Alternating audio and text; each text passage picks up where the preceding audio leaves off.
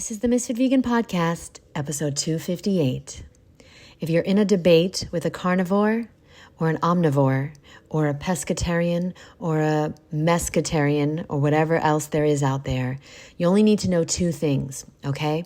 Number one, humans are not carnivores because if we were, we could eat meat raw. And then some people will say, well, some people do eat raw meat. Okay, why don't you? If you're a carnivore, eat your meat raw, and let's see what happens.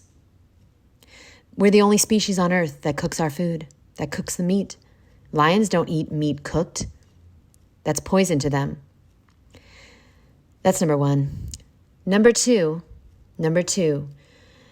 there's never been a history, in the history of the human race, there's never once been a protein deficiency, not a once. You've never ever heard an ex-vegan say that they had a protein deficiency. Oh, sorry, my foot massager cut on. Ever. There's no such thing.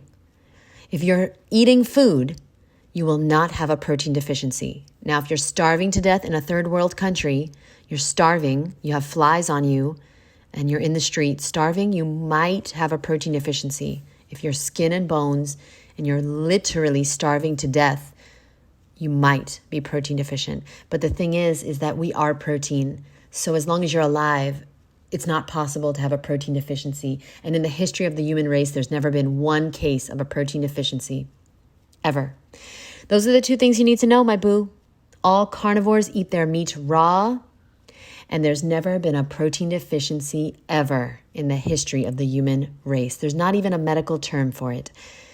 That's all you need to know. I rest my case.